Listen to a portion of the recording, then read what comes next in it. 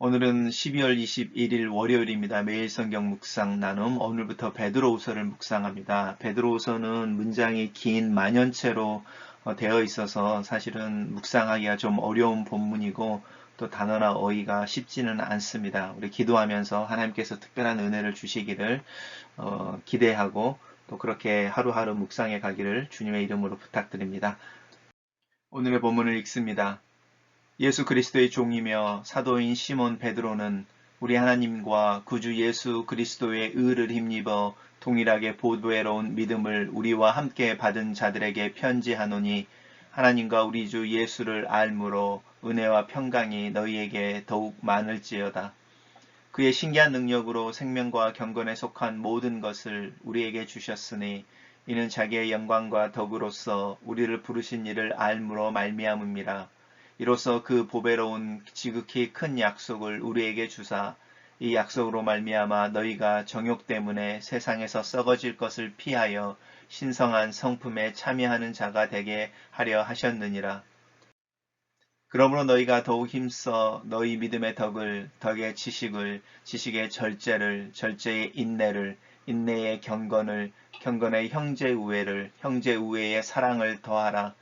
이런 것이 너희에게 있어 흡족한즉 너희로 우리 주 예수 그리스도를 알기에 게으르지 않고 열매 없는 자가 되지 않게 하려니와 이런 것이 없는 자는 맹인이라 멀리 보지 못하고 그의 옛 죄가 깨끗하게 된 것을 잊었느니라. 그러므로 형제들아 너희 더욱 힘써 너희 부르심과 택하심을 굳게 하라. 너희가 이것을 행한즉 언제든지 실족하지 아니하리라. 이같이 하면 우리 주 곧 구주 예수 그리스도의 영원한 나라에 들어감을 넉넉히 너희에게 주시리라. 오늘 본문은 세 개의 단락으로 나누어져 있습니다. 우리 단락별로 살펴봅니다.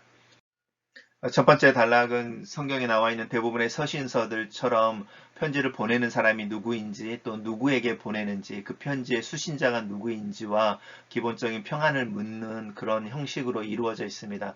첫 번째 시몬 베드로는 보내는 사람으로서 베드로후서를 보내는 사람으로서 자신을 예수 그리스도의 종이며 사도라고 부르고 있습니다. 예수 그리스도의 종이라고 하는 것은 자신이 예수 그리스도의 관계 속에서 가지고 있는 자신의 정체성에 대해서 이야기하고 있고 자신을 사도라고 부르는 것은 자신이 보내는 편지를 받는 사람들과의 관계에 대한 자신의 정체성에 대해서 이야기하고 있습니다.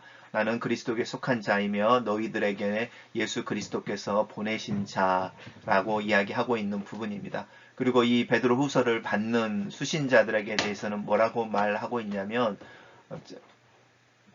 보배로운 믿음을 우리와 함께 받은 자들이라고 이야기하고 있습니다. 이 보배로운 믿음을 함께 우리와 함께 받은 자들이라고 말하면서 이 동일하게라는 말을 쓰고 있고 이 보배로운 믿음이라고 하는 것이 무엇인지 예수 그리스도와 하나님과 예수 그리스도의 의를 힘입어서 우리에게 주어진 것이라고 할 수 있습니다. 그래서 이 보배로운 믿음을 우리 함께 받은 자들이 수신자가 됩니다. 그리고 이제 예수 그리스도와 하나님을 아는 것을 통해서 너희에게 은혜와 평강이 너희에게 많이 있을지어다 라는 말을 이제 인사를 하고 있습니다. 특별히 사도 바울 같으면 그냥 우리 주 예수 그리스도와 하나님과 우리 주 예수 그리스도로 말미암아 은혜와 평강이 너희에게 더욱 많을지어다 라고 말을 했을 텐데 베드로는 특별히 예수 그리스도를 아는 것을 통해서 하나님과 우리 주 예수 그리스도를 아는 것을 통해서라고 말하고 있는데 그 이유는 베드로 후서의 주제와도 관련이 있습니다. 베드로 후서에서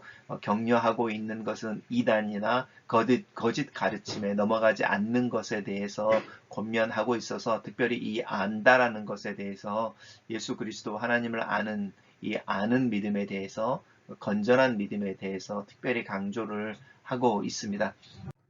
단락을 요약해 보겠습니다. 저는 이 단락을 그리스도 예수의 종이며 사도인 베드로는 동일하게 보배로운 믿음을 받은 자들에게 편지한다 이렇게 요약했습니다.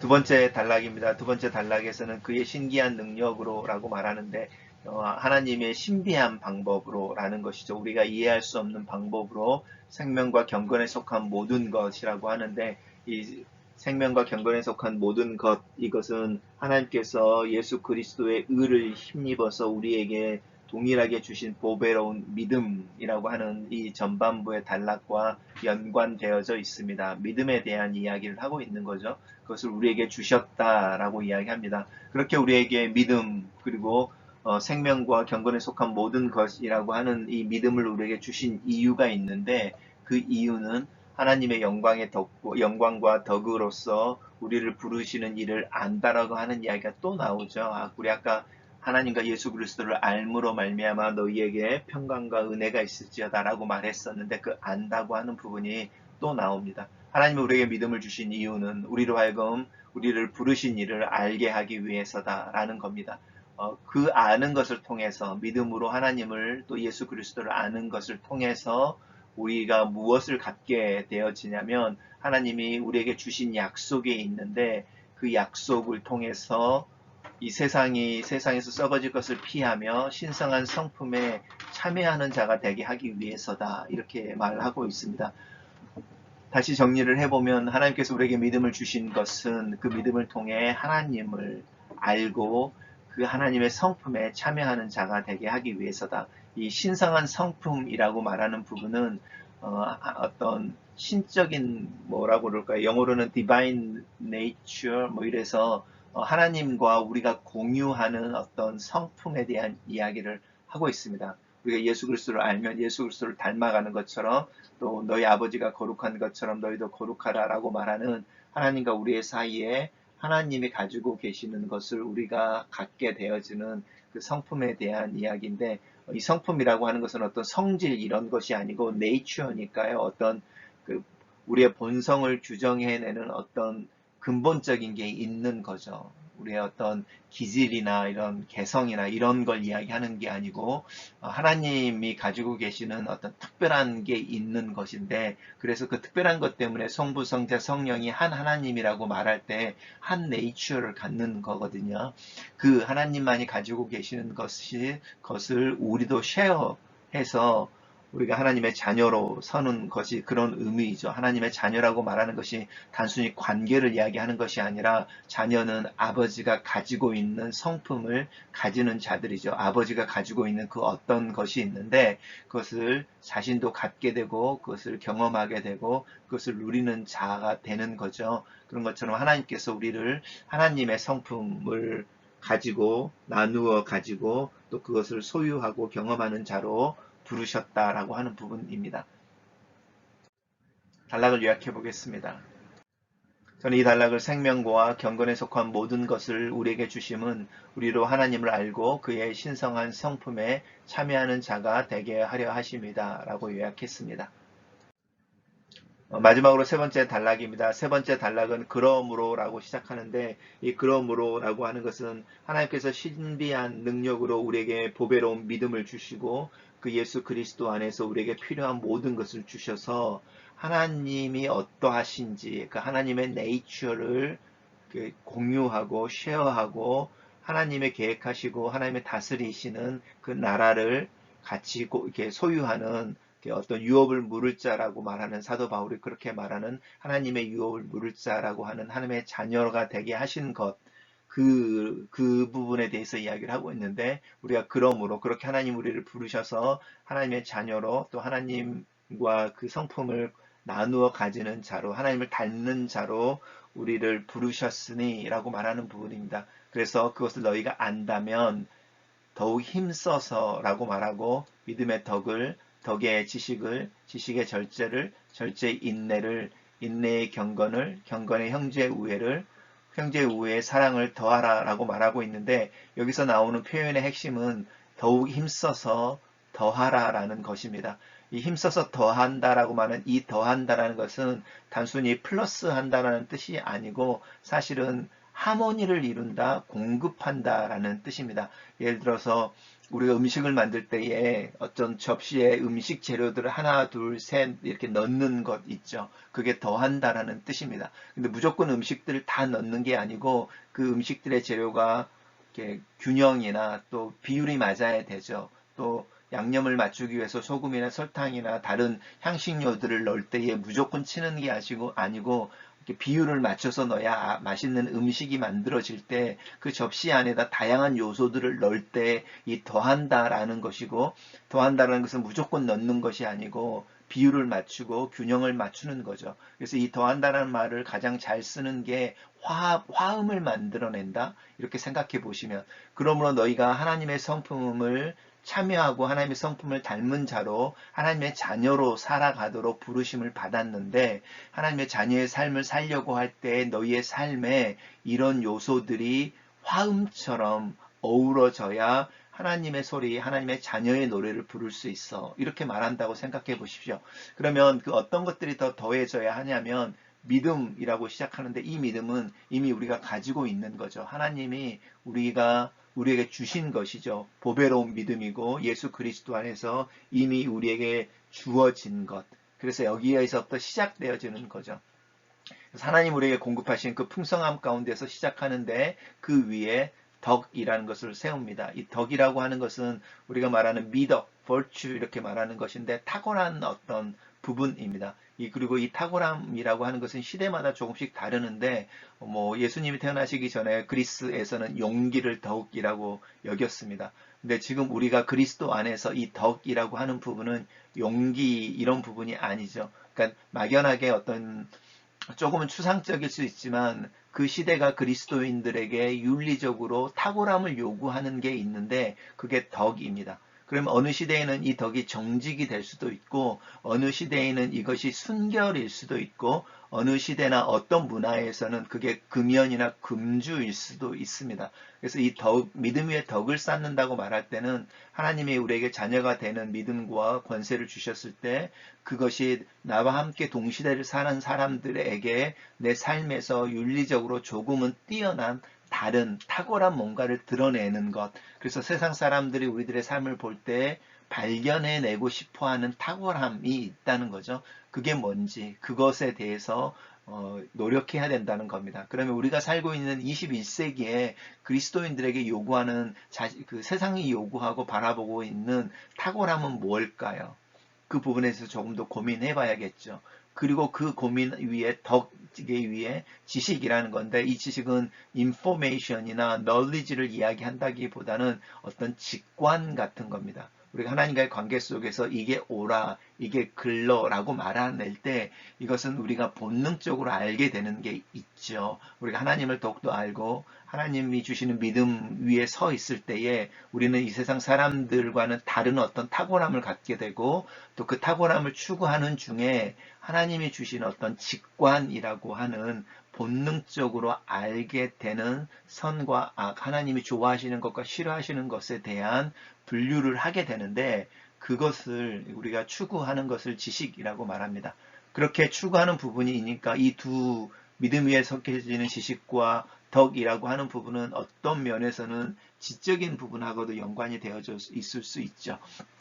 그리고 나서 나오는 두 개가 절제라는 것과 인내라는 것입니다. 얼른 보면 절제랑 인내가 똑같아 보이는데, 이 절제라고 하는 것은 self discipline이는 거니까 내가 나를 컨트롤할 수 있는 능력인 겁니다. 화를 자제할 수 있고, 또 어떤 욕심을 자제할 수 있고, 내 행동에 멈출 줄 알고 갈 줄 아는 그 능력인 거죠. 그러니까 이 컨트롤을 할 수 있다고 말하는 게 절제입니다. 그러면 우리가 이 세상 사람들이 그리스도인에게 탁월한 것을 요구하는 삶이 어떤 것인지를 알고, 하나님이 원하시는 삶이 어떤 것인지에 대해서 우리가 이렇게 본능적으로 알게 된다면, 우리는 자연스럽게 그 두 가지 덕과 지식 위에 자기 절제를 할 수 있겠죠. 그리고 이렇게 우리가 자기 절제를 하게 되어질 때 우리에게 필요한 것이 있죠. 왜 우리가 그것을 절제하느냐 하는 거죠. 뭘 먹지 않고, 뭘 마시지 않고, 누군가를 만나지 않고, 어떤 것에 가지 않고, 어떤 말을 하지 않고, 어떤 것은 취하지 않기로 결정해낼 때 그것을 진행시켜 주는 또 다른 이유가 있는데, 그게 바로 인내이죠. 이 인내라는 것은 단순히 오래 참는다라는 게 아니고 기다리는 건데, 더 나은 게 있어서 기다리는 거죠. 그래서 이 인내는 소망에서 나오는 겁니다. 내가 무엇을 하지 않는 것은 더 나은 것을 기다리기 때문에, 그리고 어디에 가지 않는 것은 더 나은 장소를 알고 있기 때문에, 누구를 만나지 않는 것은 더 내 마음을 흡족해 주거나 내가 더 사랑하는 사람이 있어서, 이렇게 말하는 더 나은 어떤 것을 기대하는 게 인내인 거죠. 그래서 이 절제와 인내라고 하는 것은 우리 내적인 우리 행동 속에서 나타나는 그 우리 행동을 컨트롤해주고 우리로 하여금 어떤 일정하게 꾸준하게 그것을 그 삶을 살아내게 하는 우리 내적인 어떤 힘이라고 할 수 있습니다. 그러고 나면은 경건이라는 말이 생기고 이 경건은 하나님과 우리의 관계를 이야기하는 것이고 형제 우애는 교회 안에서 우리가 하나님 안에서 형제 자매라고 만나는 사람들의 우선적으로 선을 베푸고 그들을 사랑하는 것이고 그 부분이 넘어가면 이제 교회 밖에 교회 울타리를 넘어서 이 세상에 도움이 필요한 사람들, 은혜가 필요한 사람들, 또 뭐 섬김이 필요한 사람들을 향하여 우리가 사랑하고 또 우리와 함께 있는 믿지 않는 사람들을 향하여 예수 그리스도의 마음을 품는 사랑이라고 이야기할 수 있습니다. 그러니까 마지막에 나오는 경건, 형제의 우애, 이 사랑이라고 하는 부분은 우리가 믿음으로 말미암아 우리가 경험하게 되어지는 대인 관계를 이야기하는 것이고 이 절제와 인내라고 하는 것은 믿음으로 말미암아 우리 내면 안에 그리스도인의 삶을 살게 하는 우리를 살게 하는 어떤 내적인 컨트롤 타워를 갖게 되는 것이고 이 덕과 지식이라고 말하는 것은 우리가 무엇을 보고 무엇을 추구해야 될지를 분명하게 인식해내는 믿음으로 말미암아 우리가 알게 되어지는 목표를 설정할 줄 아는 어떤 지적인 능력이라고 할 수 있습니다. 그러니까 지적인 능력과 우리 안에 내면 안에 있는 우리 자신들을 내적으로 컨트롤할 수 있는 능력과 그리고 그것이 외적으로 관계 속에 나타나게 되어지는 요소들인데 이런 것들이 음식의 다양한 재료들처럼 아니면 합창의 다양한 화음처럼 적절하게 또 어우러지게 우리의 삶 속에서 나타나도록 힘써야 된다라고 하는 부분입니다. 그것들이 순서처럼 되어져 있기도 하고 또 하나 위에 하나를 더해져서 밑에가 이루어지면 그 다음을 이루어지는 것들도 있지만 이 더한다라는 말이 가지고 있는 전체적인 의미는 화합을 이루어야 된다. 이것들이 균형 잡혀서 네 삶 속에 나타나도록 힘써야 된다라는 것입니다. 그래서 그렇게 힘써서 화음이 좋아지고 또 음식이 맛있어지게 되면이라는 거죠. 맛있어지게 되면 우리가 여기 또 안다는 이야기가 나오죠. 예수 그리스도를 아는 것에 게으르지 않고 예수 그리스도를 아는 것을 게으르지 않으니까 당연히 열매를 맺게 되겠죠. 열매를 맺게 되는 것입니다. 우리가 이 그리스도인의 삶이라고 하는 성화라고 우리가 표현하는 이 삶을 추구하지 않을 때에 우리는 곧 믿음을 잊어버리고 이 너의 옛 죄가 깨끗하게 된 사실을 잊어버렸다라고 말하는 믿음의 잠이라고 말하는 그 잠에 빠져버리는 자들이 되는 거죠. 그러면서 이제 마지막으로 격려하는 것이 그러므로 형제들아 이렇게 부르면서 다시 더욱 힘써라는 말이 나옵니다. 더욱 힘써라고 격려해 주면서 지금 잘하고 있는데 더 열심히 해서 너희의 부르심과 택하심을 굳게 하라라고 말하는 것은 똑같은 거죠. 이 더하라라는 말이 반복되어지고 있는 거죠. 그래서 너희 안에 그 성화의 과정 속에 너희들에게 필요한 미덕이라고 하는 이 덕의 지식의 절제의 인내를 경건과 형제의 우애와 사랑이라고 하는 가장 기본적인 어떤 그 하나님을 닮은 성품, 그 성품을 드러내는 일들에 애를 써야 된다. 이렇게 우리가 그것들을 추구하게 될 때 우리가 실족하지 않게 되고 무엇보다도 우리가 원하는 바죠. 그리스도 예수 그리스도의 영원한 나라에 들어가게 된다. 이것이 우리가 예수 그리스도를 믿는 어떤 영원이라고 하는 마지막 목표이기도 하고 하나님 나라라고 이야기하는 우리가 이 세상을 넘어서 그 다음 세상으로 갈 때에 살게 되어지는 영원이라는 삶의 또 다른 모습인 거죠. 그래서 이와 같이 하면이라고 말하고 있습니다. 그래서 베드로는 철저하게 이야기하는 것이 네가 예수 그리스도를 믿는다고 고백했느냐? 너의 구원은 너희의 믿음의 생활의 출발점이고 너는 이제 믿음의 경주를 달린 사람이어서 그 경주를 마칠 때까지 그 경주를 최선으로 이렇게 달려가야 한다라고 말하는 것 같습니다. 단락을 요약해 보겠습니다. 저는 이 단락을 이 신성한 성품은 그리스도 예수를 알기에 게으르지 않고 열매 없는 자가 되지 않게 하려 함이니 힘써 너희의 부르심과 택하심을 굳게 하라 이렇게 요약했습니다. 묵상 포인트입니다. 베드로는 자신을 예수 그리스도의 종이며 사도라고 소개한다. 나는 내 자신을 소개할 때 예수 그리스도의 관계 속에서 누구라고 소개할 수 있을까? 나는 예수 그리스도 안에서 하나님의 사랑을 발견한 자이다. 나는 예수 그리스도를 본받아 살아가려고 애쓰는 그리스도의 제자이다. 하지만 아직까지 내 자신을 그리스도의 종이라고 소개하는 것은 부담스럽다. 그리스도가 이 세상에 보내신 자로 살아간다라고 말할 때도 부담감을 느낀다. 그리스도의 주되심을 인정하는 일에 있어서 아직도 내 마음에는 머뭇거림이 있다. 나와 함께 교회를 이루는 이들은 베드로의 표현처럼 나와 동일하게 예수 그리스도의 의를 힘입어 보배로운 믿음을 나와 함께 받은 이들이다. 나에게 하나님의 사랑과 용서가 필요한 것처럼 그들 또한 하나님의 사랑과 용서가 필요한 이들이다. 나와 동일하게 하나님의 필요한 이들이라는 생각이 교우를 향한 나의 태도를 점검하게 한다. 내가 연약한 것처럼 그들도 연약하다. 내가 하나님의 도우심이 필요한 것처럼 그들도 하나님의 도우심이 필요하다. 한 하나님, 한 구주, 한 성령, 한 믿음을 받은 자들이다. 이 동일함의 원리가 나와 교우들의 관계 속에 어떻게 적용될 수 있을까? 내가 그리스도를 통해 받은 이 믿음은 보배로운 믿음이다. 값으로 살 수 없는, 셀 수 없는 믿음이라는 뜻이다. 나는 이 가격을 충량할 수 없는 믿음을 가지고 있음에도 불구하고 이 세상에서 가난하고 무기력한 자처럼 살 때가 있다. 단순하게 예수를 그리스도로 고백하는 것이 아니다. 이 고백을 가능하게 한 그리스도의 죽음이라는 엄청난 가격의 무게를 기억하자. 하나님께서는 그리스도 예수 안에서 생명과 경건에 속한 모든 것을 나에게 주셨다. 이 생명과 경건에 속한 모든 것은 다른 말로 믿음이 내게 주어졌다는 뜻이다. 이 믿음은 내가 그리스도인으로 살아가는데 필수적인 필요한 것이다. 이 믿음의 능력은 하나님께서 나에게 예수를 그리스도라 고백하는 지식을 주신 것에서 시작한다. 하나님께서 내게 믿음을 주셔서 그리스도를 통해 나를 아들로 부르신 하나님이 믿어지는 것이다. 하나님을 아버지라 부르며 더 알고 싶은 마음, 하나님과 친밀한 관계에 대한 필요성, 또 그것에 대한 자각이 내 안에 있는 것은 바로 이 믿음의 능력 때문이다. 하나님은 먼저 나를 찾아오셔서 예수를 그리스도라 고백하는 믿음을 주시고 그리스도 안에 있는 영생을 소유하는 자가 되게 하셨다. 그리고 이 믿음을 통해 나에게 더 크고 보배로운 약속을 주셨다. 곧 나를 하나님의 자녀로 인정해 주시는 것과 하나님의 나라에 사는 것과 또 내 안에 영원한 생명을 통해 하나님을 닮은 자로 또 아버지처럼 아버지의 능력과 영광을 드러내는 곧 예수 그리스도처럼 이 세상을 살아낼 수 있는 자가 되게 하셨다. 나는 하나님의 성품을 나누어 가진 자가 되었다. 그리스도께서 하나님을 드러내신 하나님의 형상으로 이 세상을 살아내셨던 것처럼 나 또한 하나님이 누구이신지를 드러내는 자로 부르심을 받았다. 이 부르심을 생각해보면 참으로 크고 놀라운 부르심이다.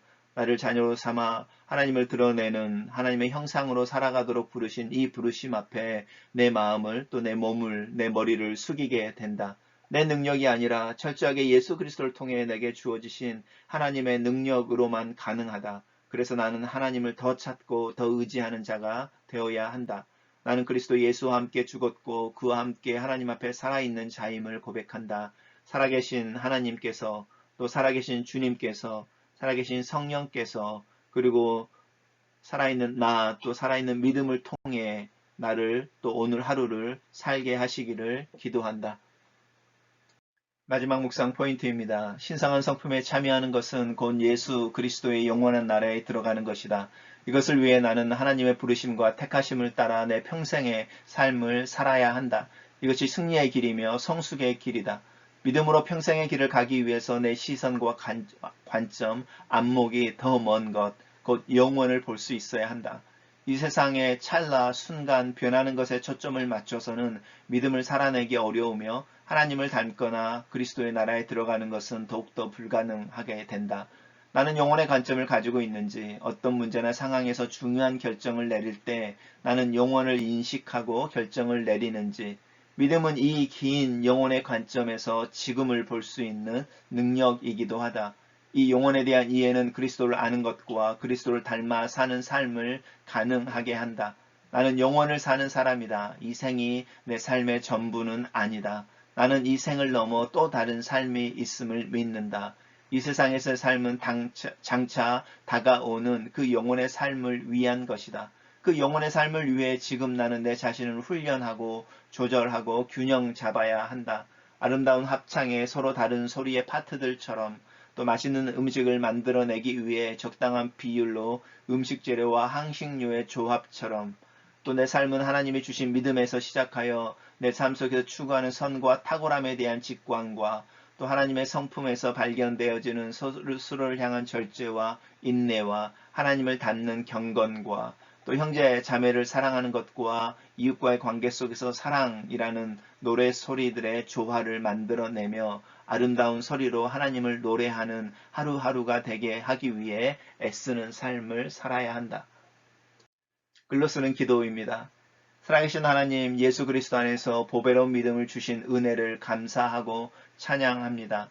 나로요 예수를 그리스도라 고백하는 믿음을 주시고 그리스도 안에서 주어진 용서와 사랑을 감격하는 마음을 주시고 하나님을 아버지라 부르며 그 자녀되는 삶에 대한 동경을 주신 것을 감사합니다.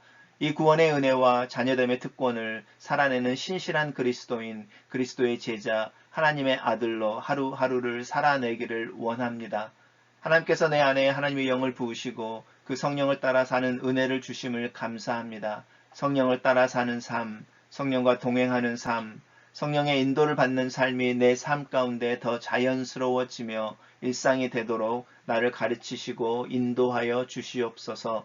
하나님께서 내게 주신 자녀됨의 약속과 하나님 나라에 대한 약속과 영원한 삶에 대한 약속을 붙잡습니다.